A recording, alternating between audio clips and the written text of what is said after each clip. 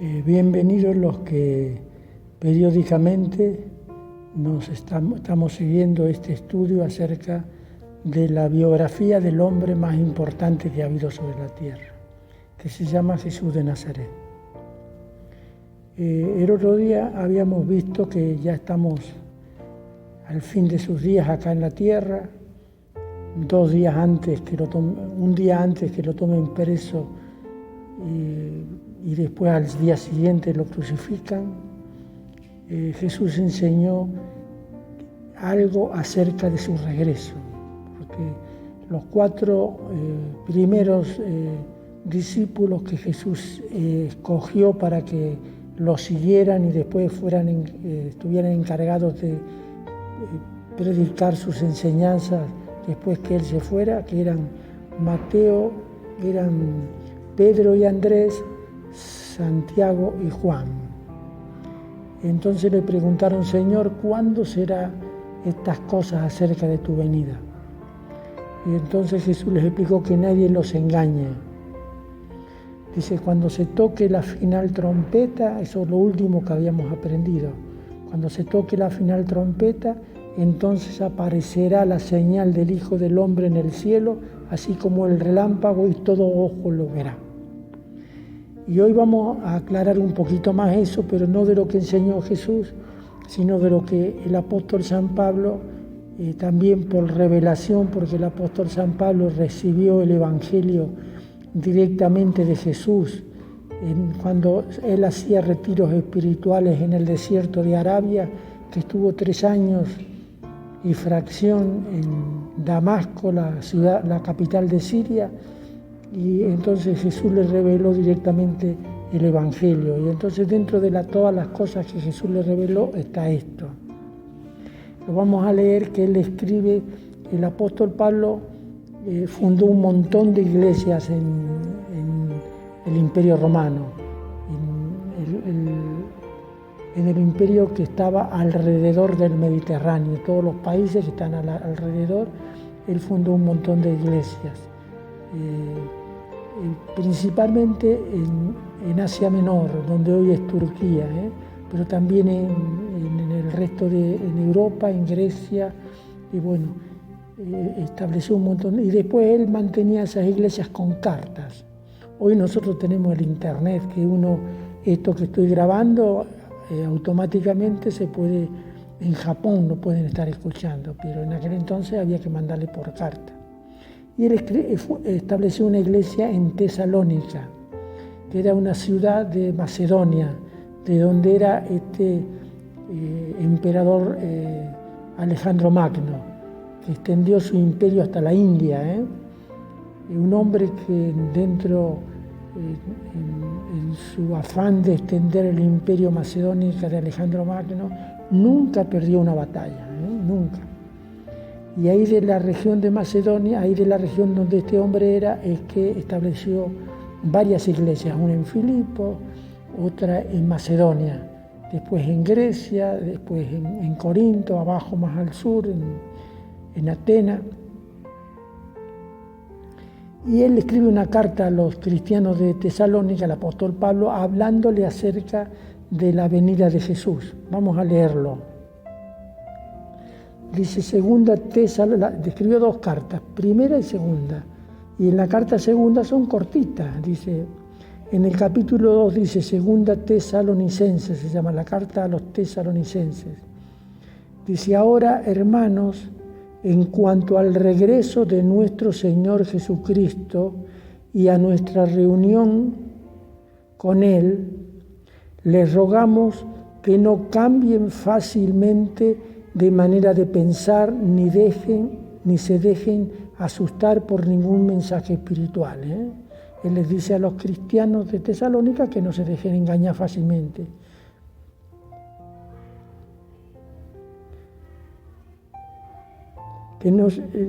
Dice que no se dejen asustar por ningún mensaje espiritual, discurso o carta que reciban como si fuera nuestra, diciendo que el día del Señor ya llegó.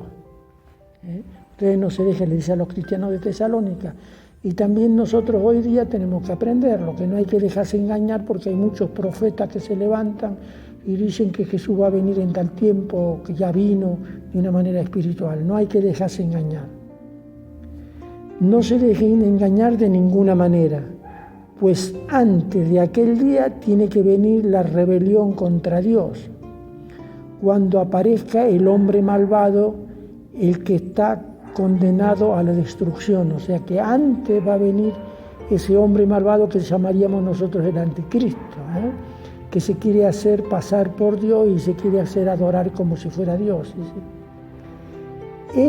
Versículo 4, este es el enemigo que se levanta contra todo lo que lleva el nombre de Dios o merece ser adorado.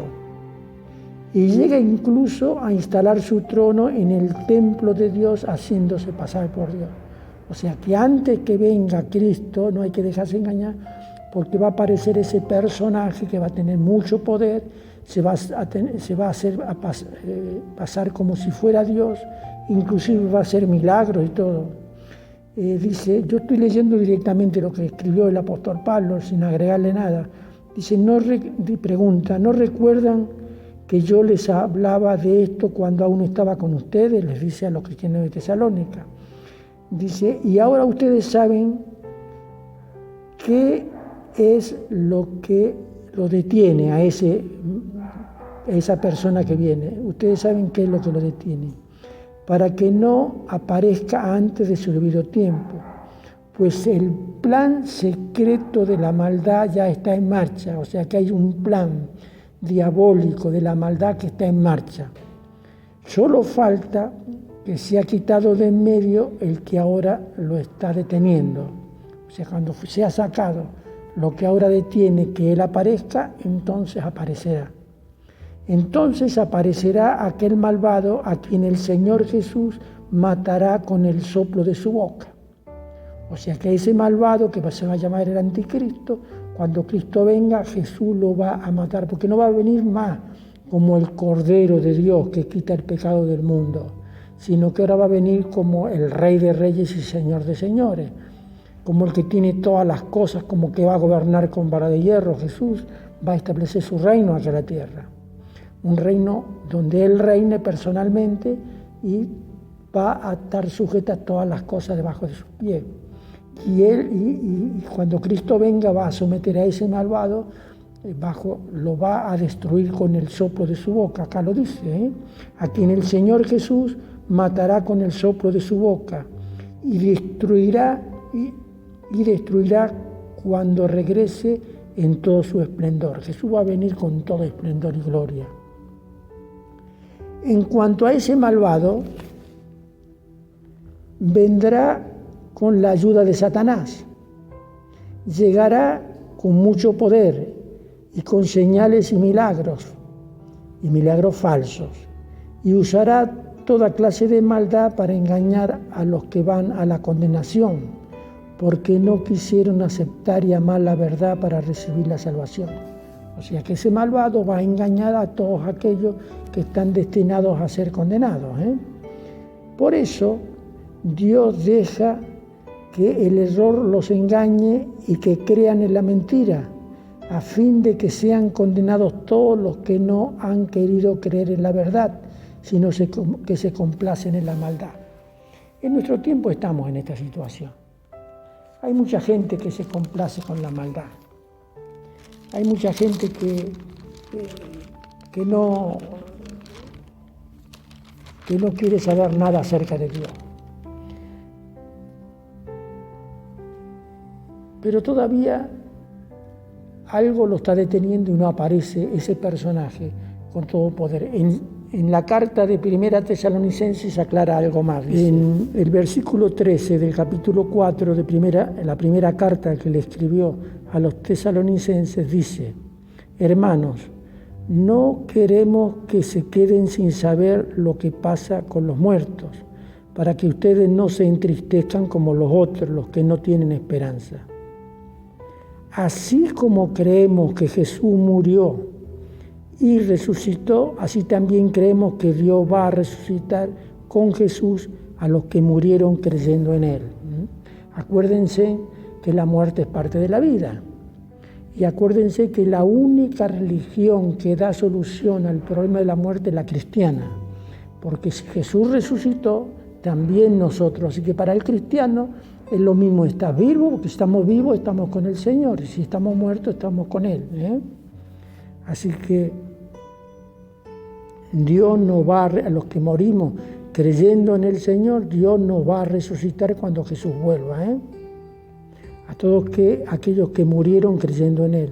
Por eso les decimos a ustedes, como enseñanza del Señor, que nosotros, los que quedemos vivos hasta la venida del Señor, no nos adelantaremos a los que murieron, porque se oirá una voz de mando, la voz de un arcángel y el sonido de la trompeta de Dios, y el Señor mismo bajará del cielo, y los que murieron creyendo en Cristo resucitarán primero. Después los que estemos vivos seremos llevados juntamente con ellos en las nubes para encontrarnos con el Señor en el aire, y así estaremos con el Señor para siempre. Anímense pues unos a otros con estas palabras. O sea, esa es la esperanza del cristiano. En el cristianismo está la fe, la esperanza y el amor. Hoy día nos manejamos en amor y en fe, pero tenemos la esperanza que cuando Cristo venga, primero van a resucitar los que han muerto, y después los que estén vivos en ese tiempo, cuando Jesús venga, que Jesús enseñó el otro día, habíamos visto, que habrá dos en el campo, uno será llevado y el otro será dejado. Habrá dos mujeres moliendo, una será dejada y otra será llevada. Y acá dice,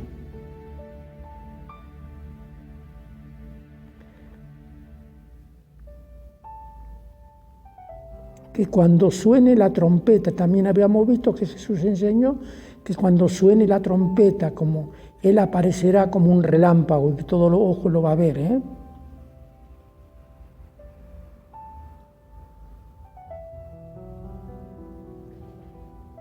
Dice, así estaremos siempre con Él. Anímense pues unos a otros con estas palabras.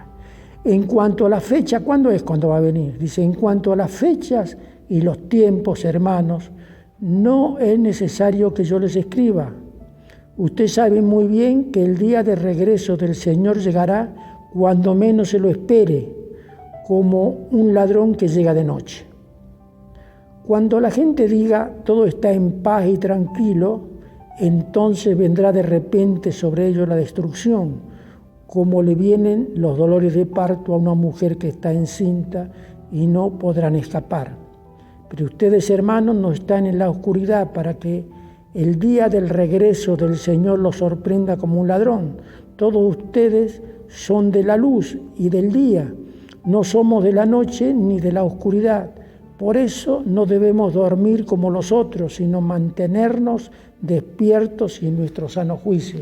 Así que yo le digo a los cristianos que están aflojando en la fe con esto de la pandemia que tenemos, hay que mantenerse despiertos, hay que buscar de reunirse. Dios busca adoradores que lo adoren, porque cuando Jesús venga el día que menos lo esperemos, entonces ahí vendrá todas las cosas que están determinadas. Los que duermen, duermen de noche, y los que se emborrachan de noche. Pero nosotros que somos del día, debemos estar siempre en nuestro sano juicio. Debemos protegernos con la fe y el amor y cubrirnos como con un casco con la esperanza de la salvación. O sea que fe, amor y esperanza. La esperanza es como un casco para que nadie nos lastime. Creemos que va a suceder estas cosas así como enseña el apóstol Pablo en este momento, en este caso, o si no Jesús esa noche, antes que lo tomen preso el día anterior, ahí en el huerto donde él se retiraba siempre a orar, al lado del arroyo de Cedrón. Dice versículo 9, porque Dios no nos destinó a recibir el castigo, sino a alcanzar la salvación por medio de nuestro Señor Jesucristo. Jesucristo murió por nosotros para que ya sea que vivamos o que muramos, vivamos juntamente con Él. Por eso anímense y fortalezcanse unos a otros, tal como ya lo están haciendo. Así que esto yo lo leí para complementar lo que Jesús enseñó esa noche a los discípulos ahí al lado del arroyo de Cedrón, en esa huerta, en esa quinta, donde Él se retiró y no se fue a Betania ese miércoles antes que lo tomen preso. Bueno, espero que sepamos elegir y que Dios los bendiga, y después vamos a seguir con lo que Jesús siguió enseñando esa noche ahí a los discípulos que Él tenía en esa quinta, en esa prensa que había ahí, que tenían una quinta, que había algunos olivos, ahí que había olivos, y lo vamos a seguir estudiando la semana que viene. Que Dios los bendiga.